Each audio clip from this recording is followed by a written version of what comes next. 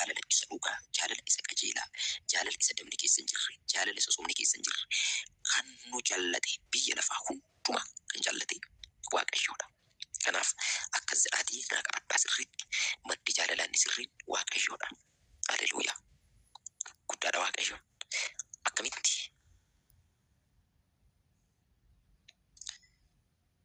Haleluuyaa. Kanaaf maal jedha caaffanni qulqullaa'anii nuyi Waaqayyoon hin jaallanne inni garuu nu jaallate karaa kam? Karaa nuti ittiin jaallatamne Yesuus Waaqayyoo karaa inni ittiin jaalala iddoo ga'e nu jaallate karaa nama tokkooti. Innumtis karaa nama Yesuus jedhamu tokko nu jaallate.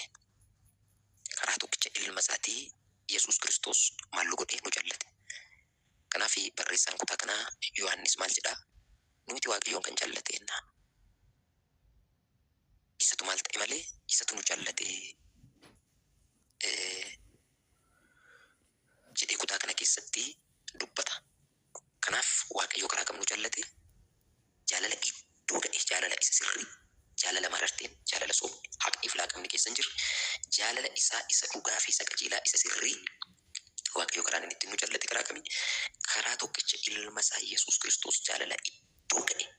Akkuma kaleessa dubbadhe jaalala agaabbee, jaalala agaabbee jechuun yeroo darbe dubbadhe barnoota keenya keessatti jaalala bu'aa irratti hunduuf akkasumaan haatu naamosaa biraadiyaas akkamiin akkasumaan nuti isa jaallanneedhaaf nu jaallate miti. Qabeenya keenya ilaalee nu jaallanne, bifa keenya ilaalee nu jaallanne, qulqullummaa keenya ilaalee nu jaallanne, dadhabbina keenya wajjin, cubbuu keenya wajjin, yakka keenya wajjin. Haleluuyaa. Waaqayyoon maal godhee nu jaallate. Namoonni tokko tokko ijoollee xixiqqoo maal akka godhan beektu? Furriidhuma isaanii wajjiniin, fincaanuma isaanii ofirratti fincaan wajjiniin ol fuudhanii hammatanii dhungatu, ofitti qabu, jaallatu. Akkasumaan otoo ishiin furrii qabdu, otoo ishiin fincaan ofirraa qabdu, otoo ishiin dhoqqee bulchaa jirtu, otoo ishiin wanta biyyoo keessa gangalattu ol fuudhanii jaalalatti agarsiisu. Maal isin agarsiisuun barbaade seetan? Waaqayyoonis osoo nuyi akkasitti cubbamoota taanee jirru akkasumaan nu jaallate. Qulqulluma keenya ilaalee miti. Dandeettii keenya ilaalee miti. Sadarkaa barnoota keenya ilaalee miti. Haleluuyaa. Mee ani jaallatameera jedha. Haleluuyaa. Yeruma deebi'aa ani jaallatameeraadhaa gaafa sagalee kana dhageessa. Bakka jaallatamteetta. Jaalala iddoo ga'ee jaallatamteetta. Jaalala gaabbii hin qabne jaallatamteetta. Jaalala isa sirriif isa qajeelaa jaallatamteetta. Guddaadha Waaqayyo. Waaqayyoonis egaa osoo nuyi cubbamoota taanee jirru maal godhe? Nu jaallate, ofitti nu qabe. Kanaaf barreessaan kutaa kanaa Yohaannis maal jedha? Nuyi Waaqayyoon hin jaallanne, inni garuu nu jaallate. Maaliin nu jaallate jedhee dur? Karaa tokkicha ilma isaa Yesuus Kiristoos mararteef hambifannaa tokko malee nu jaallate. Akkas jedhaa namoonni qabattan. Waaqayyoon karaan inni ittiin nu jaallate karaa tokkichadha.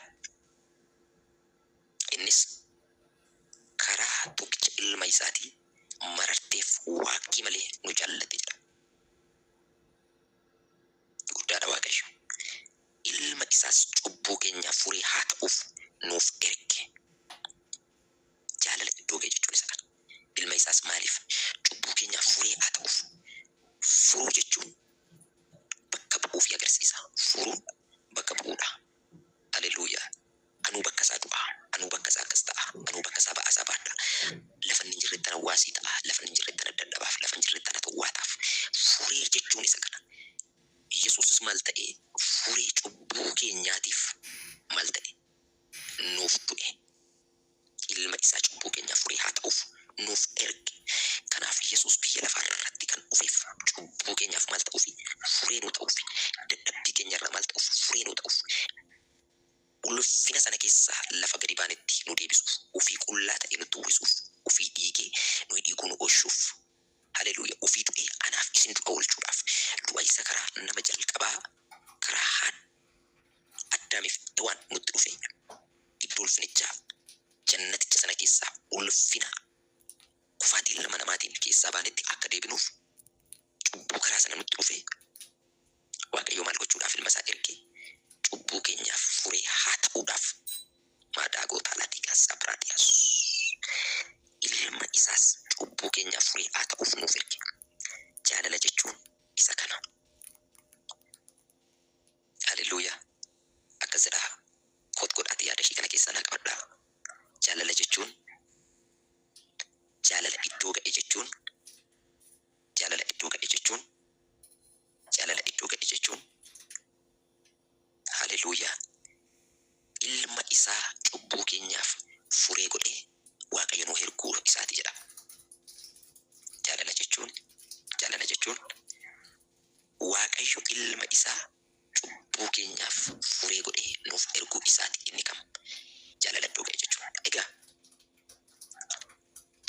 iddoo ga'e isa kan namaa bira dabarre isa kan waaqayyo akkamitti jaalala iddoo ga'e akka jaallatamnedha dubbataa kan jiru. Galanni guddaa waaqayyoodhaaf haa ta'u.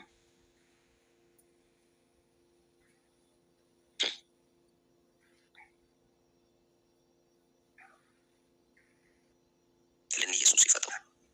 Beekuman jallisaa.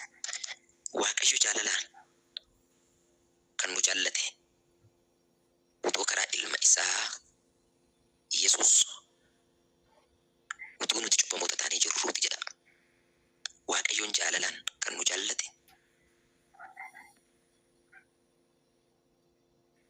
Waaqayyo jaalalaan kan nu jaallate utoo nuti cubbamoota taanee jirruuti jedha. Waaqayyo jaalalaan kan nu jaallate utoo nuti cubbamoota taanee jirruuti jedha. Sagalee Waaqayyoo Roomaa ergaa gara warra Roomaatti caafame boqonnaa 5:8 irraa kaasee amma 10 isa jiru dubbisa. Waaqayyo garuu utuma nuyi cubbamoota taanee jirruu maal taanee qulqulloota taanee jedha, qajeelota taanee jedha, bifa tollee jedha, jireenya qannoo Waaqayyotti tolu jiraannee jedha. Lakki Waaqayyo garuu utuma nuyi cubbamoota taanee jirruu Kiristoos nuuf du'uu isaatiin ammam akka nu jaallate hin harkisiisadha. Maal taane jaalala iddoo ga'e jechuun isa kana. Jaalala iddoo ga'e, jaalala mudaa hin qabne, jaalala hir'ina hin qabne, jaalala waakkii hin qabne, jaalala hambifannaa hin qabne, jaalala isa sirrii. Haleluuyaa. Kan nu jaallate eenyudha? Waaqayyoodha. Utuma nuyi maal taanee jirru, utuma cubbamoota taanee jirru. Maal jedhaan isin hin jedhamu? Waaqayyo jaalalaan kan nu jaallate utuma nuti cubbamoota taanee jirruuti. Jiraa qabadhaan jedhameetiin kan nu jaallate fuula isaatti qajeelummaa, qulqullummaa fuula isaa nu dhaabu hin qabnu turre gaafa jaallatamu. Kanaaf Waaqayyo garuu utuma nuyi cubbamoota taanee jirru Kiristoos nuuf du'uu isaatiin ammam akka nu jaallate in argisiisa. Kanaafis amma nuyi dhiiga isaa isa dhangala'een qajeelota erga taane haala boraadhi janaa qaatilaadhiyaas. Mee maaloo akkasidha? Ani karaa dhiiga Kiristoos qajeelummaa uffadheeradha. Haleluuyaa. Ani karaa Kiristoos qajeelummaa uffadheera. Bakka ani karaa Kiristoos maal uffadheera? Qajeelummaa uffadheera. Qajeelummaa qabna, qajeelummaa uffannee jirra. Qajeelummaa keenya immoo kan ta'e Yesuus Kiristoos qajeelummaa nuti uffanne dadhabbii inni dadhabee Yesuus Kiristoosidha qajeelummaan keenya. Haleluuyaa.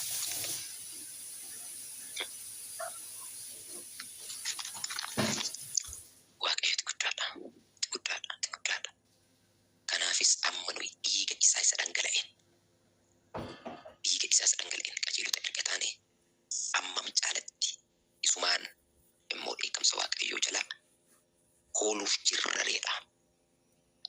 Lakkoofsa 10. Nuyi hamma illee diinota utuma jirru du'a ilma isaatiin Waaqayyootti erga araaramne oolaa bara lamatees. Amma immoo nuyi warra isatti araaramne jireenya isaatiin ammam caalatti ooluuf jirraadha. Nuyi hamma illee diinota taanee utuma jirru jechuu barbaada. Du'a ilma isaatiin Waaqayyootti erga araaramne. Mee akkasidhaa mee jaalala Waaqayyo abbaan na jaallateen dhiiga ilma isaatiin haa dhangala'een diinummaan anaaf Waaqayyo gidduudhaa ba'eeradha. Haleluuyaa. Sittan hima diinummaan hin jiru. Jaalalli iddoo ga'e Waaqayyo abbaa wajjin si araarse. Jaalalli iddoo ga'e si warra fagoo ture si dhiyeesse.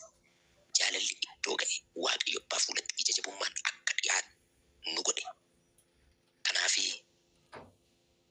barreessaa warri Hibrootaa boqonnaa 4:14 irraa kaasee waan tokko dubbata. Waaqayyo guddaadha. Maal jedha seetan?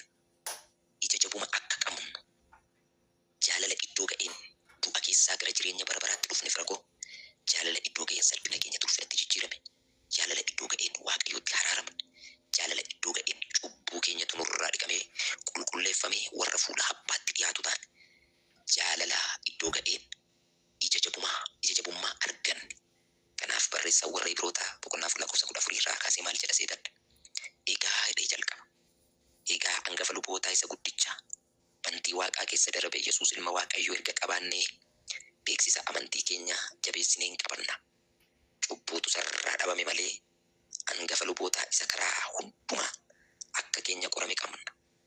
Sadadhabbiin keenya garaa isaa rukunne garuu hin qabnu. Yeroo barbaachisetti akka nu gargaaraniif biraataan ijaan argatti ladhigaas. Yeroo kamitti yeroo barbaachisetti akka nu gargaaraniif araara isaa fudhachuudhaaf ayyaana isaas argachuudhaaf kottaa ija jabinaa. Haleluuyaa. Ija jabinaa gara teessoo Waaqayyoo isa ayyaanaan guutuutti hin dhiyaanna. Haleluuyaa. Maal isin agarsiisuun barbaade seetan? Ija jabummaadha qabna. Maal ta'uudhaaf? Jaalala iddoo ga'e jaallatamuu keenyaan ija jabummaadha arganne fuula Waaqayyoo abbaatti dhiyaanna. Bara kakuu moofaa keessatti otoo dhiigni nuun dhangala'in, otoo Yesuus dhufee garaa maaramii keessatti foon uffatee hin dhalatiin, nama guutuu Waaqa guutuu ta'e otoo hin dhalatiin, otoo ijaa keessan Yesuus Kiristoos nuuf hin du'in, otoo dhiiga nuuf hin dhangalaasin duratti fuula Waaqayyootti namni dhiyaachuu hin danda'u ture. Kakuu haaraa keessatti deebinee gaafa ilaallu, haleluuyaa, lubatu ijaa cubbuu nama tokko hoolaa qalee dhiiga dhangalaasee Waaqayyoon araara gaafata ture. Waaqayyootti dhimma namaaf hima ture. Laatinaa gosaa biraadii jaanaa gatilaadhiyaas. Kakuun moofaan isa kana ture. Otoo dhiigni nuun dhangala'in ija jabuma hin qabnu ture. Fuula Waaqayyo abbaatti dhiyaachuu hin dandeenyu ture. Cubbuun keenya nuuf hin dhiifamne ture. Cubbuun keenya nurraa hin dhiqamne ture. Amma garuu jaalala iddoo ga'e, jaalala Waaqayyoon biyya lafaa anaaf si jaallateen maal arganne? Ija jabummaa arganne jiru.